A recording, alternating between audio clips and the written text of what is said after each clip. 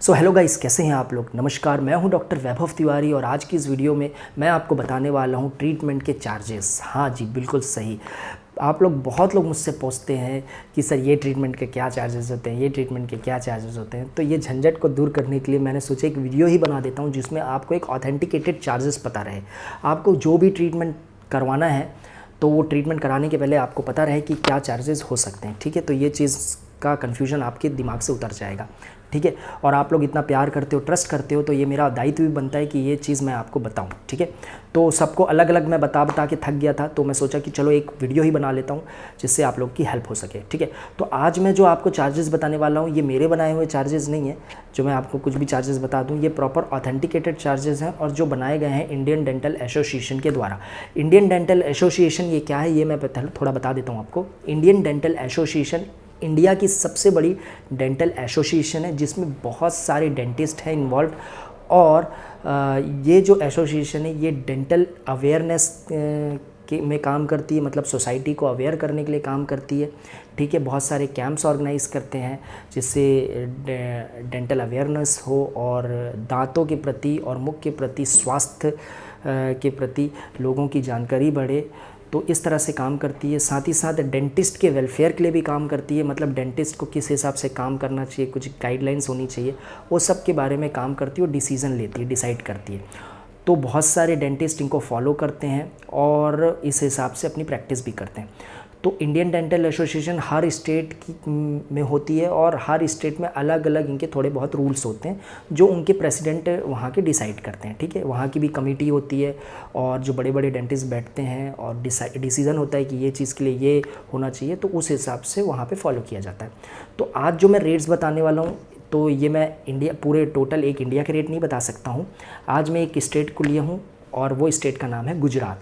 तो आज मैं गुजरात में क्या डेंटल एसोसिएशन ने रेट्स निर्धारित किए हैं और तो वो मैं आपको आज बताने वाला। तो यहाँ पे मैं आपको पहले बता देता हूँ जो सिचुएशन चल रही है वो कोरोना वायरस की चल रही है और अब सिचुएशन पहले जैसे नहीं रही है। पहले जैसे सिचुएशन मतलब पहले जैसे जो ट्रीटमेंट के चार्जेस रहते थे अब वो चार्जेस नहीं रहे हैं। अब ट्रीटमेंट चार्जेस महंगे हो चुके हैं और उसका बहुत बड़ा कारण भी है। जो पहले डेंटल एक प्रैक्टिस करता था, एक डेंटिस्ट एक प्रैक्टिस करता था, वो प्रैक्टिस अब नहीं हो पाएगी। और साथ ही साथ में बहुत सारी गाइडलाइंस है जो डॉक्टर को, एक डेंटिस्ट को फॉलो करनी पड़ेगी। एग्जाम्पल के लिए मैं थोड़ा अपना ही दे देता हूँ। मैं 15 से 20 पेशेंट अप्रॉक्सीमेटली रोज़ करता था, हैंडल करता था। लेकिन आज जो गाइडलाइंस आई है और जिस हिसाब से सिचुएशन है उस हिसाब से मेरे लिए या कोई भी डेंटिस्ट के लिए पॉसिबल नहीं है इतने पेशेंट एक दिन में करना।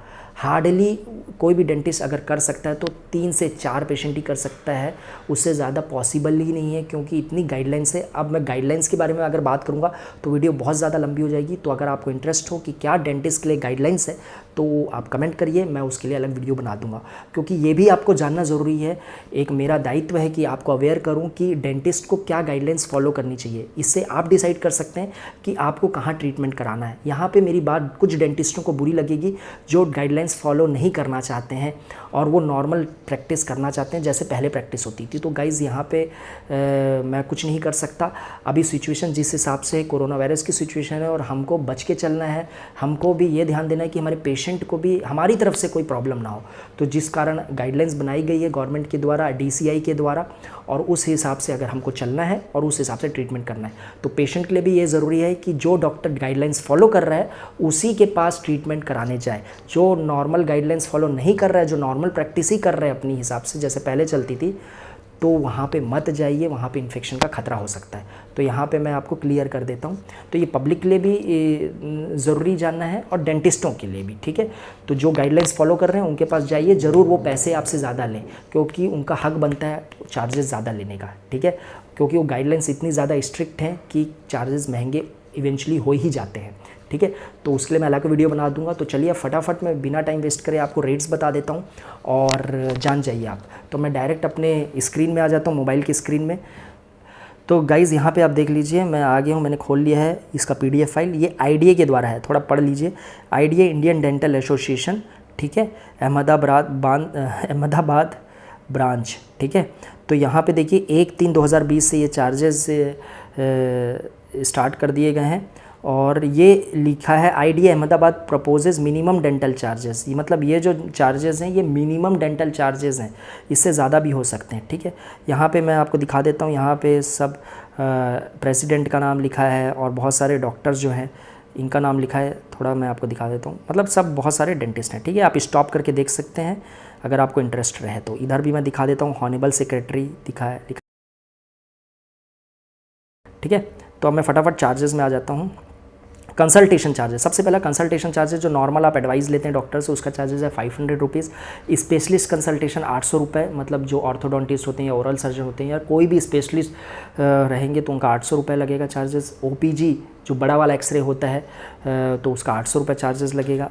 IOPA का 400 रुपये चार्जेस लगेगा।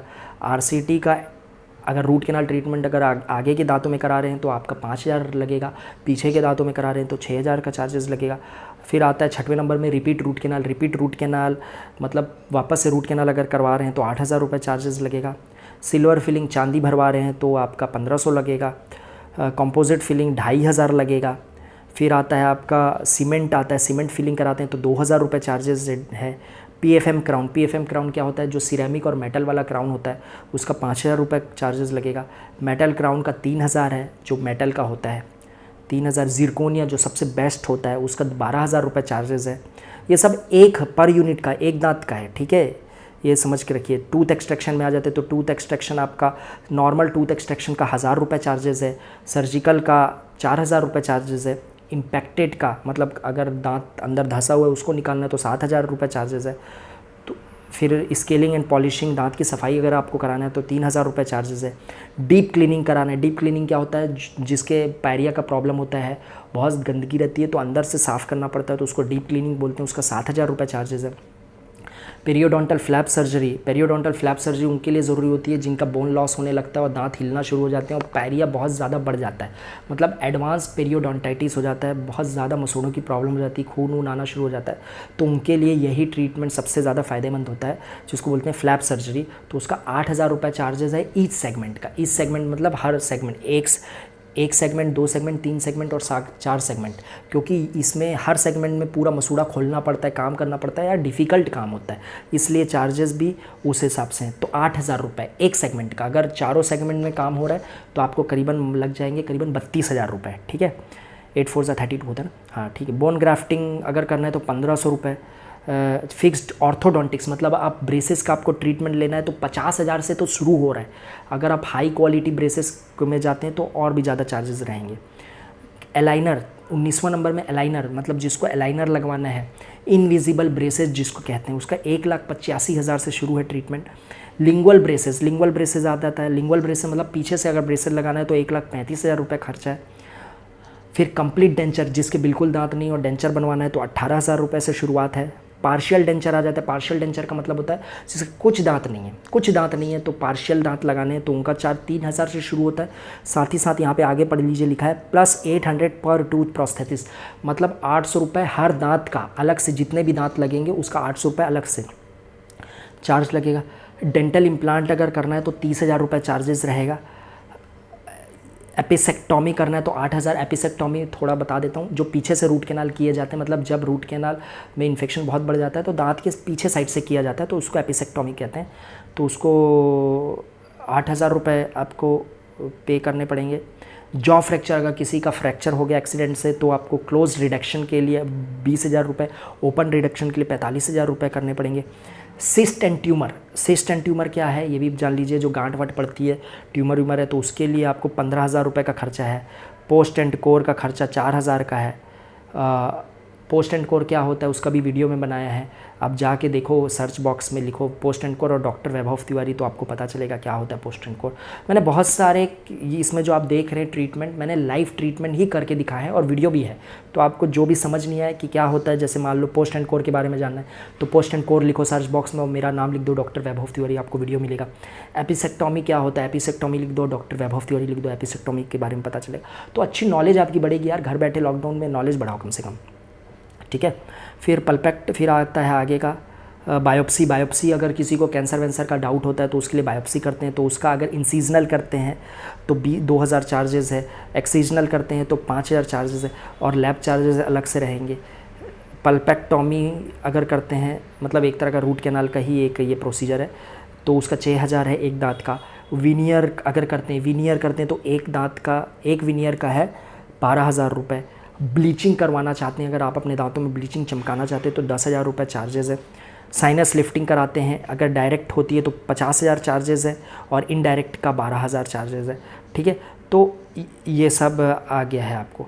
तो ये जो रेट्स हैं, मैंने आपको जो रेट्स बताए गाइज़, अभी आपने रेट्स जो देखे, ये आईडीए के द्वारा निर्धारित रेट हैं। और अहमदाबाद मतलब गुजरात में, मोस्टली गुजरात के हर जगह पे ये रेट्स आपको मिल जाएंगे। इसी तरह के से रेट से आपका डॉक्टर ट्रीटमेंट करेंगे, क्योंकि मैंने आपको पहले ही बताया, क्योंकि जिस हिसाब से अब गाइडलाइंस आ चुकी है वो इतनी स्ट्रिक्ट है कि रेट्स मजबूरी है बढ़ाना। ठीक है, तो ये एक प्रॉब्लम की बात है, वो डेंटिस्ट लोग के लिए भी है, पब्लिक के लिए भी है, मैं समझता हूँ। लेकिन अगर आपको प्रॉपर हाइजीनिक ट्रीटमेंट चाहिए, अच्छा ट्रीटमेंट चाहिए, तो 2 पैसा ज़्यादा खर्चा करिए और ट्रीटमेंट सही तरीके से कराइए, क्योंकि बार बार इसकी ज़रूरत पड़ती नहीं। अगर आप अच्छे से ट्रीटमेंट कहीं अच्छे डॉक्टर के पास कराते हैं तो वापस से आपको उस चीज़ के लिए देखना नहीं पड़ता। तो बिल्कुल मैं यही बोलूँगा कि इलाज कराएं तो अच्छी जगह कराइए, जो डॉक्टर प्रॉपर गाइडलाइंस फॉलो कर रहा है उससे कराइए, और जो डॉक्टर प्रॉपर गाइडलाइंस फॉलो नहीं कर रहा है उसके पास बिल्कुल ट्रीटमेंट मत कराइए।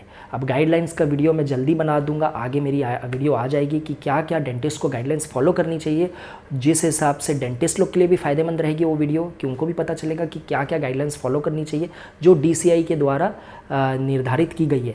और पेशेंट को भी जानने में, मतलब आम पब्लिक को भी पता चलेगा कि किस डॉक्टर को हम चूज़ करें। बहुत लोग मेरे से पूछते हैं कि सर हम कैसे पता करें कि कौन से डॉक्टर के पास हम जाए।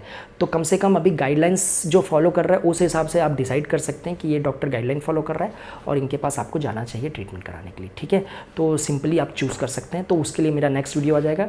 इस वीडियो में इतना ही, काफ़ी लंबी हो चुकी है वीडियो, लेकिन ये बहुत ही इन्फॉर्मेटिव थी आप लोगों के लिए। होप्स सो, आशा करता हूँ वीडियो पसंद आई होगी। तो लाइक करके इंकरेज ज़रूर करिएगा दोस्तों, वीडियो को शेयर करिए अपने फैमिली और फ्रेंड्स के साथ भी। और अगर अभी तक आपने चैनल को सब्सक्राइब नहीं किया है तो चैनल को सब्सक्राइब करके बेल आइकन को प्रेस कर दीजिए, जिससे आने वाली हर इन्फॉर्मेटिव वीडियो भी आपको मिलती रहे। तो चलिए आज के लिए बस इतना ही। Thank you so much for watching.